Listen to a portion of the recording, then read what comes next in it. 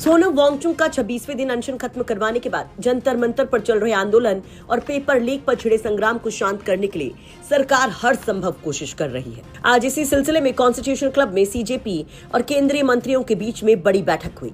CJP के प्रवक्ता सौरभ दास और आशुतोष रांका इस बैठक में शामिल होने के लिए पहुंचे। उनकी मुलाकात हुई जेपी नड्डा और जितेंद्र सिंह से। यही दो मंत्री हैं जो सोनम वांगचुक को भी मनाने में लगे थे और आज सीजेपी के साथ भी इनकी अहम बैठक होती है। बैठक खत्म होती है तो कैमरे सारे कॉन्स्टिट्यूशन क्लब की तरफ घूम जाते हैं। सीजेपी के ये दोनों नेता जब बाहर आते हैं तो बैठक को लेकर सकारात्मकता का संदेश देते हैं। सौरभ दास और आशुतोष रांका बताते हैं कि सरकार के सामने सीधे 3 मांगे रखी गई हैं, जिसमें पहली मांग धर्मेंद्र प्रधान का इस्तीफा, दूसरी मांग 20 जुलाई को संसद मार्च के दौरान जो कुछ हुआ उसमें जिन छात्रों के खिलाफ FIR दर्ज हुई है उसे वापस लेने की, और तीसरी मांग पेपर लीक के बाद जान गंवाने वाले छात्रों के परिजनों को 1 करोड़ रुपए मुआवजा देने की। इस बैठक में इन तीनों चीजों पर चर्चा की गई। कहा गया कि 2 बिंदुओं पर तो सहमति बन गई है, लेकिन एक धर्मेंद्र प्रधान के इस्तीफे को लेकर अभी भी सरकार की तरफ से कोई स्पष्ट जवाब नहीं मिला। हालांकि सीजेपी के नेता बताते हैं कि पॉजिटिव रिस्पांस मिलने की उनको उम्मीद है। सरकार ने इसके लिए कल दोपहर तक की मोहलत ली है।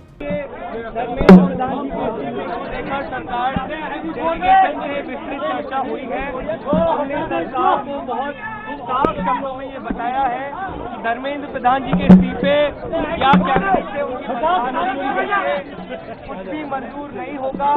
पूरे देश भर में इस समय जहाँ अलग अलग आंदोलन चल रहे हैं, पूरे देश के युवाओं में जो गुस्सा है, जो आक्रोश है, एक सेंटीमेंट है, वो बहुत क्लियर सेंटीमेंट है that Dharmendra Pradhan has to resign और he needs to be sacked. सरकार से इस बारे में विस्तृत चर्चा हुई है।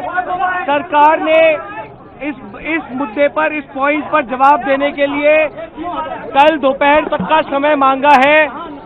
हमने सरकार को बता दिया है कि पूरे देश भर में इस समय प्रदर्शन चल रहे हैं, जो प्रदर्शन बढ़ते जाएंगे और अगर हमें जल्द ही धर्मेंद्र प्रधान का इस्तीफा या बर्खास्ती नहीं मिली तो ये प्रदर्शन और व्यापक होंगे और जल्द ही कॉकरोच जनता पार्टी को एक और नेशनल कॉल देना होगा। हम उम्मीद करते हैं कि सरकार जल्द से जल्द धर्मेंद्र प्रधान को बर्खास्त करेगी या वो इस्तीफा देंगे और इस मामले को हमें कंक्लूजन की ओर लेकर जा पाएंगे। आपने सरकार को कोई मोहलत दी है, टाइम दिया है क्या? टाइम दिया है क्या सरकार को रिजाइन के लिए, समय के लिए? सरकार ने कॉम्पनसेशन पे और लीगल केसेस पे इन प्रिंसिपल एग्रीमेंट जताया है, पॉजिटिव है। धर्मेंद्र प्रधान की रेजिग्नेशन को लेकर कल सरकार ने फिर से समय मांगा है। कल दिन में सरकार से फिर मुलाकात होगी और हमें उम्मीद है कि कल धर्मेंद्र प्रधान जी का इस्तीफा लिया जाएगा। हमने सरकार को बता दिया है कि ये आंदोलन बहुत बड़ा हो रहा है, नेशनली स्प्रेड हो रहा है और जल्द ही अगर समाधान नहीं निकाला गया तो सीजेपी को फिर से एक और नेशनल कॉल देना होगा। ये बैठक करीब 50 मिनट तक चलती है। इसके बाद जेपी नड्डा भी जब बाहर आते हैं तो वो भी कुछ इस तरह का इशारा करते हैं। आज हम आंदोलनकारी लोगों के विषयों पर चर्चा करने के लिए यहाँ आए थे। लगभग 2 घंटे बातचीत चली। सरकार की ओर से मैं और मेरे साथ भारत सरकार के मंत्री जितेंद्र सिंह जी बातचीत में शामिल हुए। उनकी बातें हमने सुनी। बातें सौहार्दपूर्ण वातावरण में हुई और कई दृष्टि से उन सारी बातों पर हर तरीके से चर्चा हुई। उनकी मुख्यतः 3 डिमांड थी और 5 सुधार के दृष्टि से परीक्षा में सुझाव नहीं। हमने उनको कहा है कि हम कल आपके साथ दोपहर बाद मिलेंगे और फिर हम अपने जो चर्चा वो आपको बताएंगे।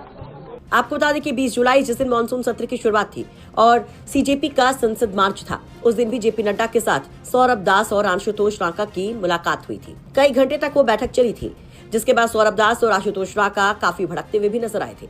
उन्होंने इस बैठक को बैठक नहीं बल्कि एक तरीके से उन्हें डिटेन करने जैसी बात कही थी।